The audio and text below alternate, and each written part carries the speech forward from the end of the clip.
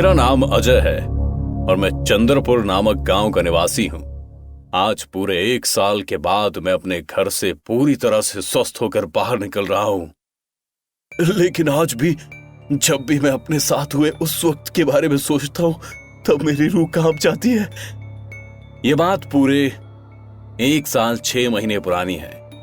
उस रात मुझे काम से घर आते वक्त काफी देर हो चुकी थी। रात काफी हो चुकी थी, इसलिए कोई सवारी भी नहीं मिल रही थी, तो मैं पैदल ही घर जा रहा था। मैं बस अपने घर से कुछ 5 मिनट की दूरी पर ही था कि अचानक से मुझे किसी के रोने की आवाज आई। मैंने इधर उधर देखा, लेकिन रात काफी हो जाने की वजह से मुझे कोई भी आसपास नहीं दिखा, तो मैं वापस अपने घर के रास्ते में चलने लगा। बचाओ, बचाओ। मैं फौरन उस आवाज की ओर बढ़ा तो मुझे एहसास हुआ कि वो आवाज पास में लगे एक बरगद के पेड़ के पीछे से आ रही थी। जब मैं वहां पहुंचा तो मैंने देखा कि वहां एक बेहद खूबसूरत लड़की रो रही थी। उसके पैर एक कपड़े से बंधे हुए थे। प्लीज मेरी मदद करें, मैं यही पास में रहती हूँ। आज मुझे काम से आते वक्त काफी देर हो रही थी, तो मैंने ये छोटा रास्ता ले लिया। अंधेरा काफी था और मैं जल्दी जल्दी चल रही थी। ना जाने कहां से कपड़ा मेरे पैरों में आ फंसा और मैं गिर पड़ी। मैंने उस कपड़े को खोल दिया और उसे सहारा देकर खड़ा किया। तो चलिए मैं आपको बैद जी के पास ले चलता हूँ। नहीं, रात काफी हो चुकी है और वैसे भी मेरा घर यही पास में ही है। मुझे अब जाना चाहिए। मेरे लाख बोलने पर भी उस लड़की ने मेरी एक ना सुनी और वो अपने रास्ते चली गई। मैंने भी ज्यादा गौर नहीं किया और मैं भी जल्दी से अपने घर आ गया। कुछ दिन यूं ही बीत गए।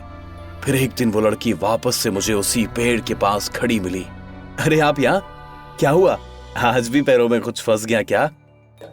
अरे नहीं नहीं, उस रात में काफी जल्दी में थी और आपका ठीक से शुक्रिया भी नहीं कर पाई, तो सोचा कि आज कर दूं। और इसी तरह हमारी दोस्ती हुई और ये दोस्ती कब प्यार में बदल गई मुझे पता ही नहीं चला। और एक दिन हम दोनों ने जाकर कोर्ट मैरिज कर ली।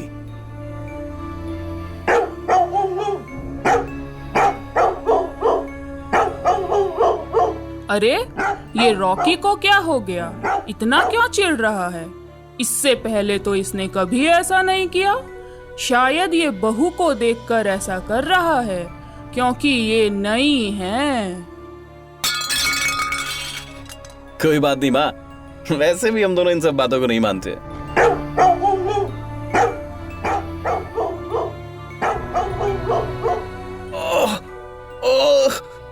ये मुझे क्या हो रहा है? पूरा शरीर टूट सा रहा है। आ जाए, देखो ये क्या हो गया, बाहर आओ। ये क्या हो गया माँ? ये किसने किया होगा और क्यों? ये किसी इंसान का काम नहीं है, किसी बुरे साए ने किया है ये, क्योंकि रॉकी की गर्दन पूरी तरह से मुड़ी हुई है। दिन यूं ही बीतते गए और मेरी तबीयत धीरे धीरे खराब रहने लगी।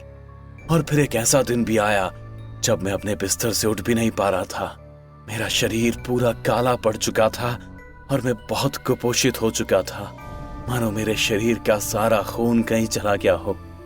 मेरी माँ की फिक्र मुझे और मेरे घर में हो रही अजीब और गरीब घटनाओं को लेकर बहुत ज्यादा हो चुकी थी। और फिर उन्होंने एक निर्णय लिया। बेटा, आज मैंने हमारे गांव के पुजारी जी को अपने घर भोजन पर आने का निमंत्रण दिया है। लगे हाथ वो तुम दोनों को अपना आशीर्वाद भी दे देंगे। ठीक है माँ, जैसा तुम्हें सही लगे।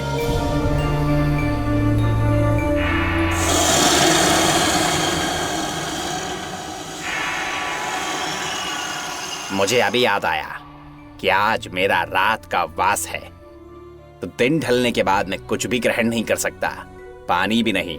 ठीक है पंडित जी, जैसी आपकी इच्छा, लेकिन कृपया आप मेरे बेटे और बहू को अपना आशीर्वाद देते जाएं। अलग निरंजन।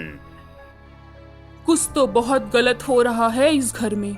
कल मंदिर जाकर पंडित जी से स्वयं ही बात करती हूँ।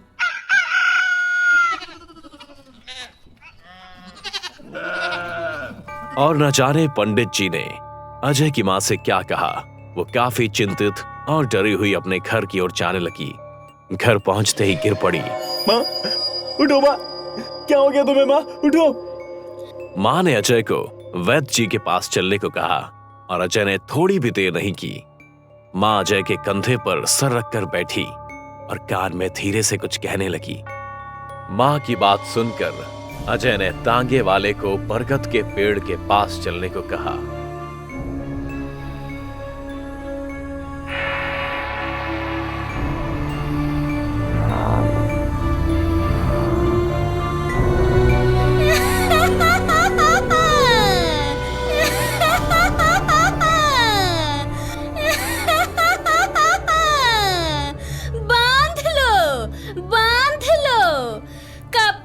बांधोगे? फिर कोई आएगा पागल आशिक और मुझे खोल देगा। और इस तरह अजय और उसकी माँ इस डरावनी चुड़ैल से छुटकारा पा लेते हैं। मेरा नाम अजय है और मैं चंद्रपुर नामक गांव का निवासी हूँ। आज पूरे 1 साल के बाद मैं अपने घर से पूरी तरह से स्वस्थ होकर बाहर निकल रहा हूँ। लेकिन आज भी जब मैं अपने साथ हुए इस वाक्य के बारे में सोचता हूँ तो मेरी रूह कांप सी जाती है।